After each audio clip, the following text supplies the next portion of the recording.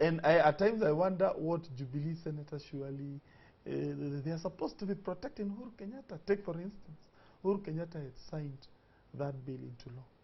Notwithstanding probably maybe issues Jubilee in Senate may be having with the president, they should not start embarrassing Jubilee government by taking President Uhuru Kenyatta to court, because technically he is the one they were taking to court. Because if Uhuru had not signed that bill into law, they would not have taken him to court. First of all, number two, we have seen switches of allegiances by Jubilee senators in the Senate. For instance, Mr. Halwale, he is a member of UDF. UDF is part of Jubilee, but when you see his political positions, he has not been leaning towards our side of the of coalition. Compare that with the National Assembly. In the National Assembly, there is no single Jubilee agenda that has ever failed. So at times we always wonder, we Jubilee National Assembly, surely in Senate, how come? First of all, Kang'ata should know, in the Senate we have very, very serious scholars, people who have worked for this country for many years, and they don't joke. That is number one. Number two, I don't see anywhere the Senate has ever let down the president. In fact, we helped the president. Going to that Supreme Court was one way of releasing the executive not to be blamed that why did you sign, why didn't you not bring it back to the Senate? And that was the best way out of the whole issue. Number three, to remind them that it is important to follow the law to the letter. Because them, they want to do it very fast, you please the president, but then when it arrives, it is the president now has to come back and resolve again the problem, which is very, very unfair when the president has too much on his table, and the more important issue, the ICC on him, which he is clearing for him. He realized, if I deal with National Assembly, and said, I won't finish this thing, I want to manage it myself. Therefore, what was our role? To ensure whatever he has left behind, we take it and we work the way he wants us to work, deliver it to him, without putting him into a situation where today I have to sit with the CJ to resolve issues of judiciary. Tomorrow I have to sit down with the Senate and the National Assembly to resolve their issues of supremacy. Honestly, and the Constitution is there, Article 113 is there. If we don't understand each other, put a mediation, agree there. That is why this Constitution gave us every page on how to resolve our There was an article in the newspaper the other day. We have refused to use all those There was an article in the newspaper the other day with somebody avenues. Wrote a commentary saying that Parliament is embarrassing the president. Oh, indeed we are. Not the Senate. It is you who pass those bills that the president has to return to you. That's all. To me, Assembly, to me, It's the National Assembly. to me, it is only one bill that has been rejected by the president. The one on the media bill is the only one. The rest, president has already been signing. Take for instance the contentious one, the one which our dear senators took us to the Supreme Court. You see, it was an issue of demanding an extra 40 billion from the national government. So if we were to do that, it will mean Uhuru Kenyatta, national government, Jubilee government will not have sufficient money to pay our teachers. It will not have sufficient money to pay our civil servants. It will not have sufficient money for national development or even security, because that is the realm of the president, the national government. So in actual sense, they want now that money to be taken away from Uhuru Kenyatta and Ruto, and that money be given to the governors.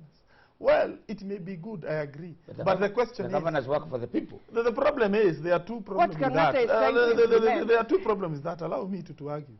One, as we speak, as of today, the governor have not developed what we call capacity. And the Constitution itself contemplated that. It said you can give governors functions phases by phases. You have seen, for instance, doctors and nurses, they don't want to be devolved as of today. Why? Because they are saying governors, they have not yet developed capacity. Once they develop, fine. We can give them all functions. In fact, I think that would be even to our own benefit, we in the national government. But as of today, the first year after this system came into place, they have not, for instance, developed payrolls. For instance, they have not, for instance, hired competent staff.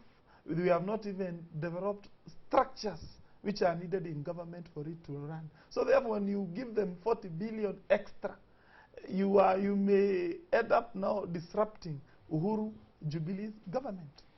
Well, one of the things, the money is not for the president or the deputy president. Of course not. The money is for development of Kenya. How it goes, it must go to the counties. Whether it's at the national government, it has to go to the counties. When you're collecting revenue as government in national government, you collect it from the counties, bringing back that revenue to the national government. So it's a two-way thing, first of all. Number two, we cannot say that now the governors don't have capacity. No. It would be wrong, because then what was the work of transitional authority? It was to build that capacity. And that's how the governors came into place. When they were elected, they found a structure already there, an infrastructure of how to move on. Number three, Treasury has done all it has done to ensure the solutions that are supposed to be used, the systems, the IFMIS, and all that is now in place in every county.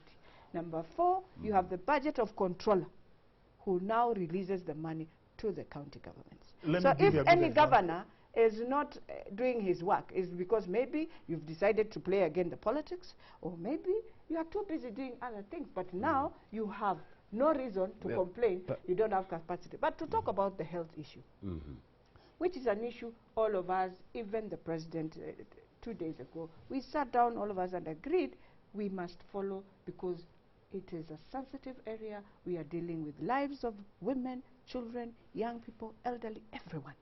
And therefore, it is not just, it is a service. It's one sector that is very, very, very sensitive. And therefore, we have to go in a systematic manner to understand, one, we can give the county governments a few more months, manage the payroll for the doctors, because today, where are the doctors, Mutegi and Makazi? Where are they? They are already in the counties. They have been working there. Their only worry, which I know it's a clear fear that we have to appreciate, is that when I remain now with the county government, what happens to my pension? What happens to my emoluments that I have worked for many years? This is something now the national government must come out and tell them, do not have fear. This is how we will manage it. Just that. Thank you so much. Because of time, perhaps just one question each from the viewers, and then we perhaps wind up with your final remarks. So to disband the Senate or not to disband, we have Peter Wahinya from Dagoretti, who says, please abolish the Senate and reduce the number of constituencies, because the senators are joyriders earning money for doing absolutely nothing. And also the county assemblies do not need the Senate's protection. Well, Peter in Dagoretti is saying because he's where everything is in Nairobi. He's near all the resources. He has water, he has electricity. So what about the person in Turkana? What will he say? Who is still looking for water, electricity, a road, not just a tarmac road, but at least just a road to go through. Two, it is too hard for them to abolish the Senate, because after 1963, I think Kenyans realized these politicians, and indeed are very selfish. They think as Kenyans we wake up, we vote for something, then the next day we have to just change. And that is why it was put into an article where you have to take it to the referendum. So what I'll urge also the National Assembly, and especially my Jubilee members, the debate of devolution.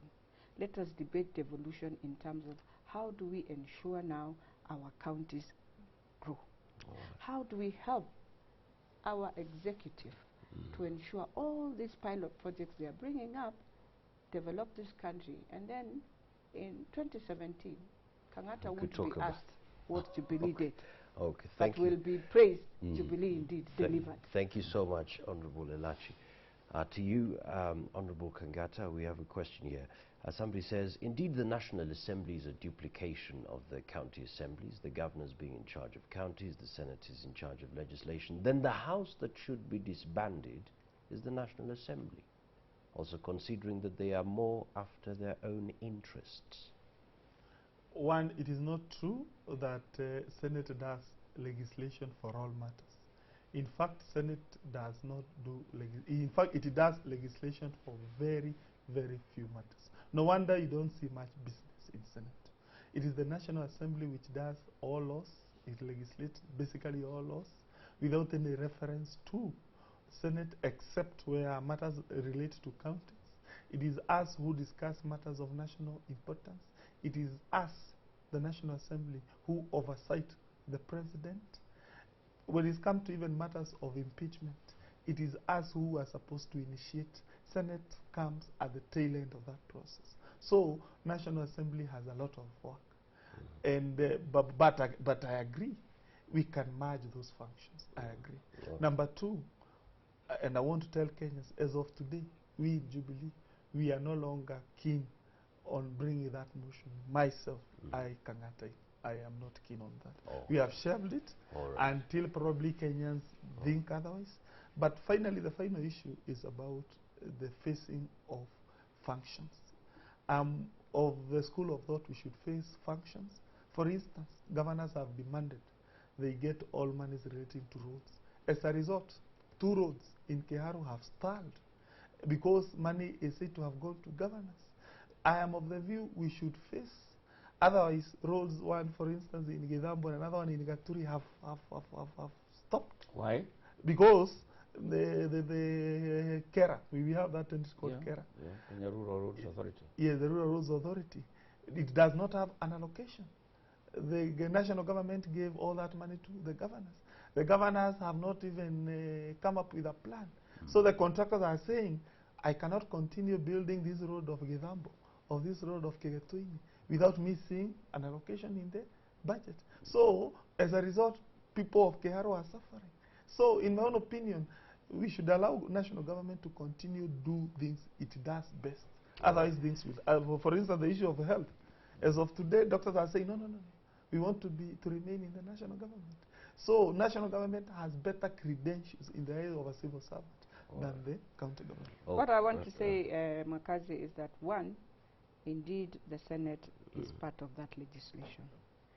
Without using the wrongdoings, and two wrongs do not bring anything indeed, is that Kenyans must understand we have now the miscellaneous bill, which has taken care of all the county bills that we have and will be tabled in the Senate, and we clear now most of these loopholes that we have within the legislation process and the acts that are affecting people.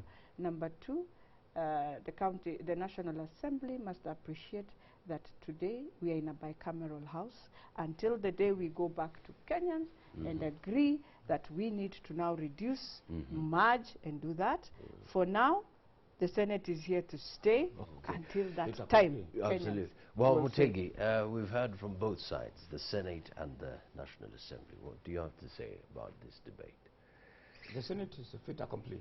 There's no, as they say, there's no move to move. It's politicking. It's just it will require a referendum to abolish the Senate, and it is not going to happen. Okay. So many thanks indeed for being part of the Power Breakfast Show. Of course, talking to Honorable Beatrice Elachi, nominated Senator, and of course Honorable Irungu Kang'ata-Kiharu, Member of Parliament. We'll be right back. Don't go away.